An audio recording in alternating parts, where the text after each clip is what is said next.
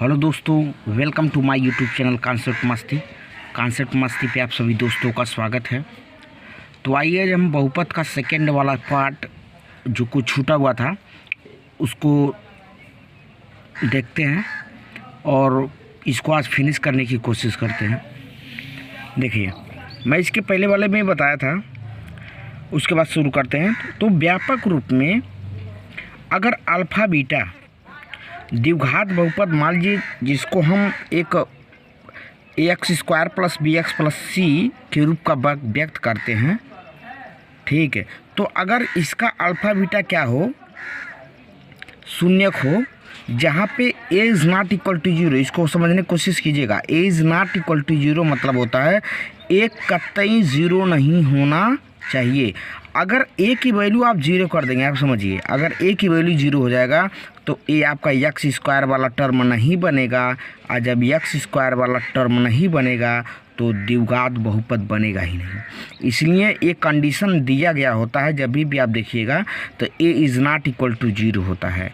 और शून्य का मतलब क्या होता है, अल्फ़ा और बीटा को इस समीकरण में रखने पर इस बहुपद का मान क्या हो जाना चाहिए, शून्य हो जाना चाहिए। और जब शून्य होगा बहुपद तभी क्या अल्फ़ा बीटा क्या कहलाएंगे, आपके शून्य कहलाएंगे। तो वही चीज़ दिया हुआ है कि अल्फ़ा बीटा इस बहुपद के शून्यक हों, अर्थात इस समीकरण में अल्फ़ा बीटा रखने पर क्या हो रहा है, इस बहुपद का मान क्या हो रहा है, शून्य हो रहा है।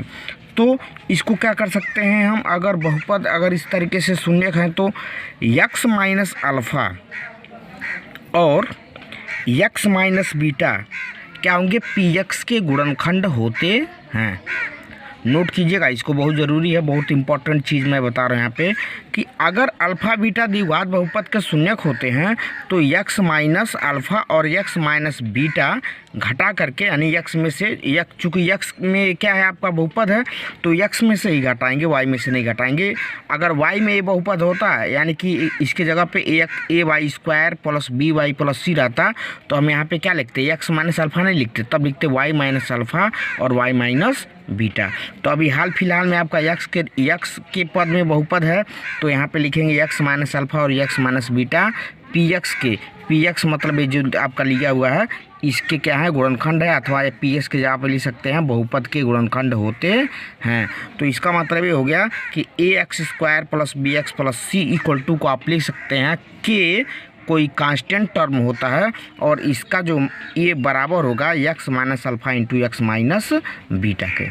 ध्यान दीजिएगा, अतः जो शून्यकों का योग होता है वो क्या होता है, अल्फ़ा प्लस बीटा होता है और ये होता है माइनस b बटे a। और यहाँ पे देखिए b क्या है, b और a, देखिए जो b है वो x का क्या है, गुणांक है, क्या है, x का गुणांक है। तो a माइनस आपका फार्मूले में होता है और x का गुणांक क्या होता है आपका, यहाँ पे b होता है। देखिए x का गुणांक आपका b है और यहाँ पे x² का गुणांक क्या है, a है। और जो c होता है इसको अचर पद बोलते हैं, अर्थात कांस्टेंट टर्म अथवा अचर पद बोला जाता है। तो शून्यकों का जो योग होता है अल्फ़ा प्लस बीटा वो हो जाता है आपका माइनस, फार्मूले में होता है x का गुणांक, तो x का गुणांक आपका b हो जाएगा और x² का गुणांक आपका क्या हो जाएगा, a हो जाएगा। ठीक, उसके बाद इसी में आप लिख सकते हैं कि शून्यकों का जो गुणनफल होता है वो क्या होता है, अल्फ़ा इंटू बीटा। गुणनफल मतलब क्या होता है, गुणा करना। तो अल्फ़ा इंटू बीटा का गुणा करेंगे तो क्या पाएंगे आप, c बटे a। तो c बटे a मतलब क्या हो गया, अचर पद आप बटे उसका जब भाग करेंगे a से, अर्थात x² का जो गुणांक है उससे भाग करेंगे तो आपको मिल जाएगा शून्यकों का गुणनफल। तो ये आपका क्या होता है, फार्मूला होता है, सूत्र होता है। इस बात को आप ध्यान दीजिएगा, याद रखिएगा। ठीक, उसके बाद आइए अब लेके चलते हैं आपको कि एक फार्मूले के माध्यम से आपको बता दिया जाए कि किस तरीके से इसको आपको हल करना है, सवाल किस तरीके से आएंगे तो आपको कैसे क्या करना है। देखिए, उदाहरण के तौर पे आपको दे दिया जाए कि एक द्विघात बहुपद ज्ञात कीजिए जिसके शून्यकों का योग तथा गुणनफल क्रमशः -3, 2 हैं। इसका मतलब ये हो गया कि शून्यकों का योग -3 है और गुणनफल कितना दिया हुआ है, 2 है। अर्थात इसका मतलब ये है कि जो मान लीजिए मेरा जो बहुपद है, मेरा जो बहुपद क्या है, व्यापक बहुपद को लेंगे आप, अगर आपको बहुपद नहीं पता होता है तो आपको व्यापक बहुपद जो होता है ax² plus bx plus c इसको ही लेना होता है। तो ध्यान रखिएगा, ax² plus bx plus c व्यापक बहुपद हो गया। और इसके शून्य के क्या होंगे, इसके शून्य का आपने क्या माना है, अल्फ़ा बीटा मान लेते हैं। अल्फ़ा बीटा मानिए, xy मानिए, जो भी मतलब माना जाता है अल्फ़ा बीटा ही लगभग माना जाता है। तो क्या दिया है आपका, देख लीजिए, शून्यकों का योग। तो शून्य क्या है, अल्फ़ा और बीटा है, क्योंकि अल्फ़ा बीटा इस समीकरण में रखेंगे तो 0 होगा। तो इसका मतलब क्या हो जाएगा, अल्फ़ा प्लस बीटा बराबर क्या हो जाएगा, यहाँ पे -3 यहाँ पे आपका दिया हुआ है क्वेश्चन में, तो -3 लिखेंगे। और आप इसके पहले क्या जानते हैं कि अल्फ़ा प्लस बीटा जो होता है वो -b/a होता है। देखिए यहाँ पे -b/a, अर्थात -x का गुणांक बटे x² का गुणांक। ये फार्मूले से ले रहा हूँ, b/a जो है ये फार्मूले से है, आपका समझ रहे हो ना, ये फार्मूले से होता है। तो इसको इस तरीके से लिख दीजिए आप -b/a। और इसी तरीके से अल्फ़ा इंटू बीटा क्या होता है, शून्यकों का गुणनफल कितना है, 2 दिया हुआ है, यहाँ पे 2 दिया हुआ है, अर्थात अल्फ़ा बीटा बराबर 2 होता है। और आप जानवर करते शून्यकों का गुणनफल क्या होता है, c/a, तो वही c/a रख दीजिए। अर्थात इसका मतलब ये है, जब यहाँ पे आप तुलना करेंगे, जब आप यहाँ पे तुलना करेंगे तो क्या हो जाएगा, यदि a बराबर 1 है, देखिए यहाँ पे यदि a बराबर 1, इसके सामने वाला क्या है, a है, इसके नीचे और ऊपर वाला क्या है, 3 ही है, b बराबर 3 हो जाएगा। और a बराबर क्या हो जाएगा, 1 हो जाएगा, b बराबर 3 हो जाएगा। और यहाँ पे देखिए आप, यहाँ पे c के सामने क्या है, 2 है ना, c के सामने क्या है, 2 है, a के सामने आपका 1 दिखा ही रहा है, तो c बराबर आपका 2 हो जाएगा। और तो जो आपको बहुपद प्राप्त होगा तो इसी में a, b और c का मान इसमें रख दीजिए। इस वाले जो बहुपद आपने माना है, इसी वाले बहुपद में जो आपने a, b और c का मान जो आपने निकाला है यहाँ से, इस समीकरण के माध्यम से, इसी को रख दीजिए। देखिए a बराबर 1 रख देंगे, तो a बराबर 1 रख देंगे, क्या हो जाएगा, सिर्फ x² बचेगा प्लस bx। तो b के जगह पे आपको क्या रखना है, यहाँ पे b के जगह पे आपका 3 रखना है, तो 3 रख दिए, 3x हो जाएगा। आप प्लस c के जगह पे आपने क्या माना है, निकाला है, 2 निकाला है, तो 2 रख दीजिए। अतः आपका जो व्यापक बहुपद मिलेगा वो क्या होगा, x² प्लस 3x प्लस 2 होगा। और जिसके शून्यकों का योग अगर निकालना चाहेंगे यहाँ से, तो आपको -3 मिल जाएगा और गुणनफल भी आपको 2 मिल जाएगा। तो इस तरीके से ये आपका मतलब अगला क्वेश्चन हो गया। और इस तरीके से अभी आपको एक और क्वेश्चन और करा देता हूँ, ध्यान दीजिएगा आप। देखिए क्या बोल रहा है कि द्विघात बहुपद x² प्लस 7x प्लस 10 के शून्य के ज्ञात कीजिए। क्या कीजिए, शून्य ज्ञात करना। ध्यान दीजिएगा, शून्य ज्ञात कब कब होगा, जब यानी कोई भी मान इसमें रखने पे इस बहुपद का मान क्या कर दे, शून्य कर दे।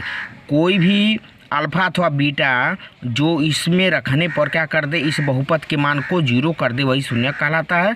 और शून्यकों तथा गुणांकों के बीच के संबंध की सत्यता की जांच करना है कि x बटे जैसे अचर पद बटे x² का गुणांक -x का गुणांक बटे x² का गुणांक, इस तरीके से आपको सिद्ध करना है, प्रूफ करना है।